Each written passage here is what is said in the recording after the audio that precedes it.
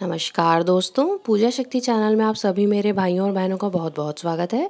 आज जिस नए विषय पे हम चर्चा करेंगे वो है घर के मंदिर में 10 ऐसी कॉमन मिस्टेक जो हम में से बहुत सारे लोग करते हैं तथा उसका हर्जाना जो है वो हमारे बच्चों को हमें बहुत ज़्यादा ही भुगतना पड़ता है। अगर हम घर के मंदिर में बहुत ज़्यादा मिस्टेक करते हैं, यानी कि हमने कुछ अपशगुन करे हैं या ऐसी कुछ अशुभ क्रियाएं करी हैं जो हमें नहीं करनी चाहिए और बहुत कॉमन होती हैं, जिनका कई बार हमें अंदाज़ा भी नहीं होता है कि ये जो मिस्टेक्स हैं ये हमें हमारे जीवन में नहीं करनी चाहिए। तो भाइयों और बहनों, सबसे पहले तो मैं यही कहूँगी, घर का मंदिर जो होता है, छोटा हो या बड़ा हो, वहाँ स्वच्छता का पूरा ध्यान रखें। चमड़े से बनी कोई भी वस्तु अपने मंदिर के आसपास या उस रूम में जूते चप्पल ना लेके जाएं जिस रूम में आपने मंदिर की स्थापना करी है। अब अगर आपने हॉल में, कई लोग होते हैं जो जगह की कमी के कारण जो अपना मंदिर है हॉल में स्थापित कर देते हैं, तो उस तरफ ध्यान रखें, यानी कि एक एरिया ऐसा कवर करें जहाँ पे चमड़े से बनी हुई कोई भी वस्तु या गंदगी ना जाए, आसपास डस्टबिन वगैरह ना पड़े हुए हों। सिर्फ इस बात का ध्यान रखें, क्योंकि भगवान जो होते हैं वो आपकी श्रद्धा देखते हैं, साफ सफाई देखते हैं।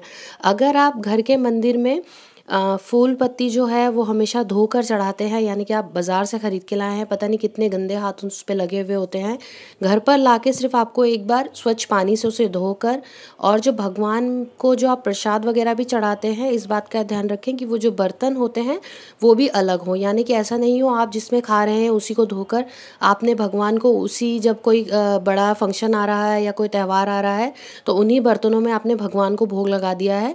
आप छोटे छोटी कटोरियाँ, छोटे छोटे बर्तन भगवान के लिए अलग खरीद के लाएं, और जो फूल पत्ती होती है वो भी कभी भी बासी ना चढ़ाएं। अगर आप नहीं चढ़ा सकते हैं रोज़, तो आप भले उन्हें एक दिन बाद बदल दें और भले आप उन्हें ना चढ़ाएं, वो जो है वो कार्य चढ़ जाएगा, परंतु आप बासी जो फूल पत्ती होते हैं वो बिल्कुल ना चढ़ाएं भगवान को। पर जो तुलसी जी होती है वो आप तक 10 या 11 दिन तक एक ही पानी से धोकर आप चढ़ा सकते हैं। जो तुलसी देवी हैं वो, उन्हें कभी भी अशुद्ध नहीं माना गया है शास्त्रों में। अब ये तो हो गया। अब जो मंदिर होता है उसमें आप जितने भी भगवान रखते हैं उनमें इस बात का ध्यान रखें कि गणेश जी की 3 प्रतिमाएं कभी नहीं होनी चाहिए। कैसे? जैसे आपने 2 फोटोज़ या एक मूर्ति रख दी है तो इनकी गिनती भी 3 होगी। आपने जो मूर्तियां हैं, एक फ़ोटो रख दी है तो वो भी 3 ही कहलाएगी। यानी कि ओवरऑल ऐसा कुछ ना करें कि गणेश जी जो हैं वो 3 रूप में आपके मंदिर में स्थापित हो। सिर्फ इस बात का ध्यान रखें, क्योंकि ये जो होता है बहुत अशुभ फल देते हैं अगर आपके मंदिर में 3 गणेश जी की मूर्ति जो होती है वो स्थापना की जाती है। अब अगर जो घी का दीपक है वो सफ़ेद बत्ती से जलाते हैं तो बहुत शुभ माना जाता है। जो तेल का दीपक होता है वो लाल बत्ती से अगर जलाते हैं तो वो भी बहुत शुभ होता है, परंतु ऐसा नहीं है, ये सिर्फ शास्त्रों की मान्यताएं हैं। आप अगर सहूलियत नहीं है, आपकी क्षमता नहीं है, तो अगर आप सफ़ेद बत्ती से भी दीपक दोनों जला सकते हैं, परंतु शास्त्रों में ऐसा कहा गया है। अगर ये कार्य आप कर सकते हैं तो ज़रूर करें। जो तेल का दीपक हो उसे लाल बत्ती से जलाने की कोशिश करें, और जो घी का दीपक होता है उसे सफ़ेद बत्ती से जलाने की कोशिश करें। अब भाइयों और बहनों, हम बहुत सारे घरों में ऐसा करते हैं कि हम 2 शंखों की स्थापना कर देते हैं। जो शंख होते हैं वो विष्णु भगवान जी को खुश करने के लिए हम हमारे घर में स्थापना करते हैं, परंतु जो शंख होते हैं कभी भी 2 नहीं रखने चाहिए, हमेशा एक शंख रखना चाहिए आपके मंदिर में। इस बात का आप ज़रूर ध्यान रखें।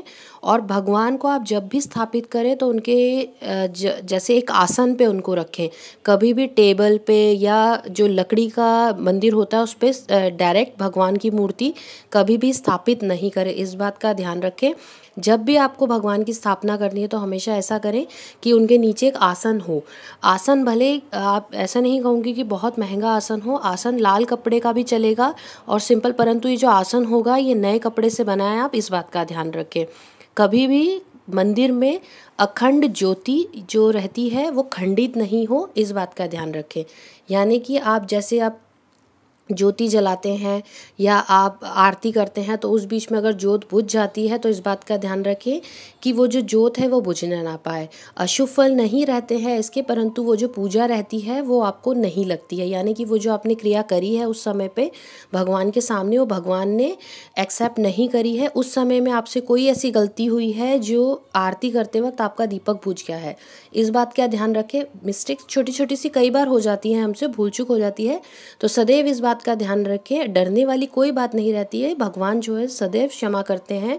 तो आप सिर्फ इतना कार्य करें, जब भी आरती करें, जब भी पूजा करें, तो भगवान से अपने किए हुए कार्यों की क्षमा ज़रूर मांगे कि मुझसे पूजा पाठ में जो भी भूल चूक हुई हो भगवान मुझे क्षमा करें। ऐसा करके आप अपनी भाषा में कुछ भी कह सकते हैं। परंतु अगर दिया ना बुझे तो इस बात का ध्यान रखें कि आप इतनी सी सावधानी रखें कि पूजा करते समय आपका जो दीपक है वो बुझने ना पाए। और जब भी आप भगवान को फल अर्पित करते हैं तो फल जो हो वो सदैव स्वच्छ हों, झूठे फल नहीं हो। आप घर में जब भी नए फल खरीद के लाते हैं, मैं तो ये कहूँगी कि जब भी नए फल खरीद के लाते हैं तो सुबह के समय में अपने भगवान को सबसे पहला जो फल होता है वो ज़रूर अर्पित करें।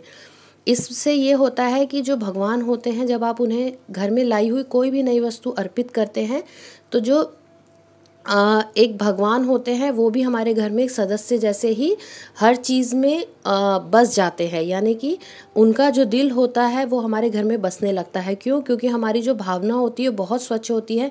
हम हमारे घर में नए कपड़े लेके आए हैं तो भगवान के सामने रख दीजिए 2-4 मिनट के लिए। आप नया फल लेके आए हैं तो सबसे पहला जो फल होता है भगवान के सामने अर्पित करें। घर में अगर नई मिठाई आई है तो सबसे पहले का जो मिठाई का टुकड़ा है वो भगवान के सामने अर्पित करें, यानी कि उन्हें भोग लगाएं। अगर ये कार्य आप करते हैं तो आप देखेंगे आपके जीवन में सदैव सुख बनता है और भगवान आपकी जो चीज़ें रहती हैं उनको कैसे जो है उसमें बढ़ोतरी करते हैं, या आपके मान सम्मान में, आपके घर में हर चीज़ की सुख की वृद्धि होती है। तो भाइयों और बहनों, मैं आशा करती हूँ ये छोटा सा प्रयास आप सभी को बहुत पसंद आया होगा। और घर के मंदिर में आप सदैव ध्यान रखें कि जो साफ़ सफाई है, जो भगवान है वो सदैव ही अच्छे माहौल में रहें। अगर भगवान अच्छी जगह पे रहते हैं, अच्छे माहौल में रहते हैं तो आपके घर का और आपके जीवन का माहौल भी उसी प्रकार होता है। तो हम फिर मिलेंगे किसी नए विषय पर चर्चा करते हुए। धन्यवाद दोस्तों।